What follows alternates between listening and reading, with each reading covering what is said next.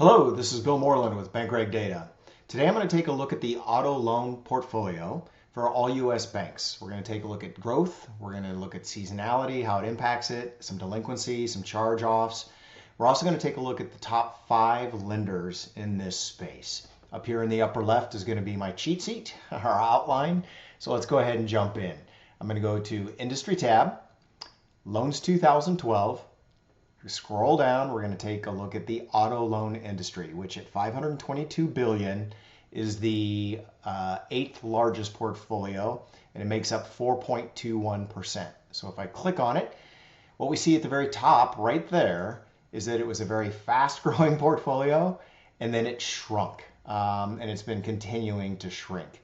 So basically there was a $65 billion growth during that late 2020 to 2022 timeframe. I've been on the record for saying I think a lot of that was fake to people who had higher credit scores, but we'll come back to that at a later topic. Since then, obviously the banks are scaling back dramatically on their auto portfolios. If we scroll down, this is why. If we take a look right there, we see the delinquencies are climbing.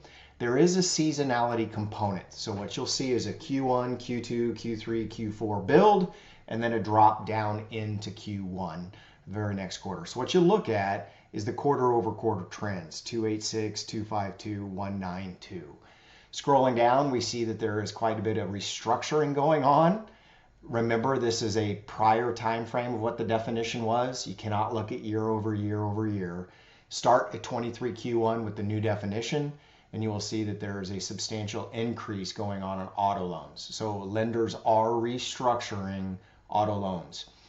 This is the percent across time to total outstanding loans.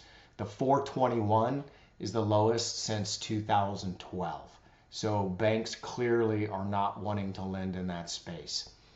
Let's go ahead and take a look at the early stage delinquencies. We talked a little bit about delinquencies in aggregate. These are going to be loans that are 1 to 3 months past due. And once again, we see a very quickly increasing delinquency figure. Scrolling down, once again, look at the 10-year chart. So you see, coming out of the Great Financial Recession, we were at a very clean base. As banks got more aggressive in their lending, on the left-hand side, you see that the year-over-year rate was increasing. To the point in late 2019, we were starting to see higher delinquencies than we'd seen in a long time. And conveniently, all these people basically could start making their payments because they didn't have to make rent, they didn't have to make student loans, they didn't have to make mortgage payments. So a lot of these guys paid down. That's what drove a lot of the growth, is the artificial inflation of the credit scores to borrowers.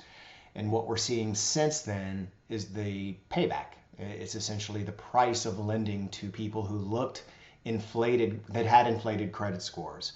So we're seeing a 226 on early stage delinquencies, up 30 basis points from last year's 196. Non-performing loans, there's a shorter charge-off cycle on consumer lending. So these aren't going to go 6, 8, 10, 12 months like you would get in other portfolios or even years in mortgages. But non-performing loans are hitting all-time highs as well, at least since the data series started in 2011-2012 timeframe for banks. I'm also going to basically take a look at the charge-off number, and this is the one that's really driving a lot of things right now. Coming down to the 10-year, once again you see the same pattern of increasing, lowers down to record lows, artificial lows, fake lows if you will, faux lows. And now we're climbing dramatically at 189. So there's also another ratio that I'll take a look at, which is called non-performing loans to charge-offs. And what this measures is what's the pipeline of delinquencies, late stage delinquencies, compared to what is being charged off. The higher that number, the more indicative that the bank or the industry is delaying the charge-offs. Not that we would ever do that, right? So let's go back. We're going to take a look at the top 5 lenders right now. So scrolling down, where are they? Well, they're down here at the bottom. Here's the top 100 institutions by the size of their auto loan portfolio. The 2 largest guys are going to be Capital One and Ally Bank at $73 billion respectively. And then the last one we'll take a look at down through this list is Bank of America at 39 billion. So these are substantially the big lenders in the industry. Capital One, what we see here is that they grew incredibly quick during that 2020 to 2022 timeframe. And since then, you see that that number has come down about $5 to $6 billion. Their delinquencies are what's driving this. So one thing to remember is you're going to get an increase in absolute dollar, but if the denominator is shrinking, so if the loan volume is going down, the delinquency rates are going to go up because the numerator is going up and the denominator is going down. So keep that in the back of your mind that these high percentages are being driven by both of those factors in the ratio. Scrolling down a little bit more, we basically see that they are historically getting back to where they were before, right? The 607 is very similar.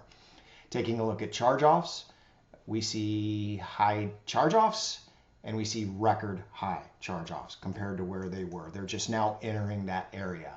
Non-performing loans to charge-off is low. So this means for every dollar of charge-offs, they have for every dollar charge-offs, they have a 91 cents of NPLs. So this should indicate that charge-offs will go down, assuming new delinquencies aren't coming in. I'm going to go ahead and go back to close this down.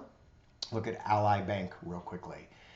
They are still growing. So they're stable. They had a lot of growth. Then they've kind of capped out at that $73, $74 billion mark. Looking at their delinquencies, once again, same story. Now, what you don't get here is a fast-growing denominator, right? That denominator is staying about stable. So when the delinquencies are going up, that's a true reflection of the earlier lending that is catching up in the vintage cycle. So the 1-year, 2-year-old loans are now starting to move into delinquency. Where are they at historically? All-time highs. Charge-offs, same story. So this would lead me to believe that there's considerably more pain to come at Ally. This is not going to, we should not expect that this is the peak, right? We're not seeing anything that leads us to believe. How are they doing on their delaying or not delaying? They were delaying and now they're having to take those charge-offs, right? So that number they were keeping those charge-offs. As that number is climbing, that means they're delaying charge-off. They're managing earnings. As those numbers come back down, they're getting into a normal flow. JP Morgan Chase, portfolio goes up, comes back down, goes back up. Delinquencies are actually quite low. So they do have a cleaner portfolio than most of the top lenders. They're about where they were at historically. Charge-offs, they are climbing. Where are they at historically? They're starting to hit record highs. Are they delaying or managing those numbers? Not at all. So JP Morgan actually looks pretty good on their auto loan portfolio. Let's come back up, look at Wells Fargo. They're clearly wanting to get out of this business. $57 billion down to $46 billion. So keep in mind that denominator is going down very, very quickly. If we take a look at their delinquencies, they're actually not bad. Compared to where they were prior to 2019, you see they got themselves in a little bit of trouble. Numbers come down artificially, they come back up, but they're actually performing reasonably well. Their charge-off figures, scrolling back down, same story. Are they managing their charge-offs with that non-performing loan? Not at all. So both Wells and JP Morgan look pretty good on their auto portfolios. Let's last look at Bank of America. Very quick. So they're taking market share. So keep that at the back of your mind. As you're doing a lot of lending here, those delinquencies will start catching up a year, 2 years later is typically how that cycle works. Coming in, looking at their total delinquencies, they are climbing. So the dollar amount is climbing and we're seeing the percentage climb. Now, relative to the rest of the industry, they're still reasonably low, but we are starting to see record high delinquencies. I would anticipate there's considerably more pain to come from Bank of America. Not all these guys are lending to the same people naturally, but relative to their own lending, I'm imagining that we're going to continue to see more increasing delinquencies at Bank of America, as well as charge-offs. Still low relative to history. Low, right? That's not a bad number. 71 basis points, still well below where they were, but this is why.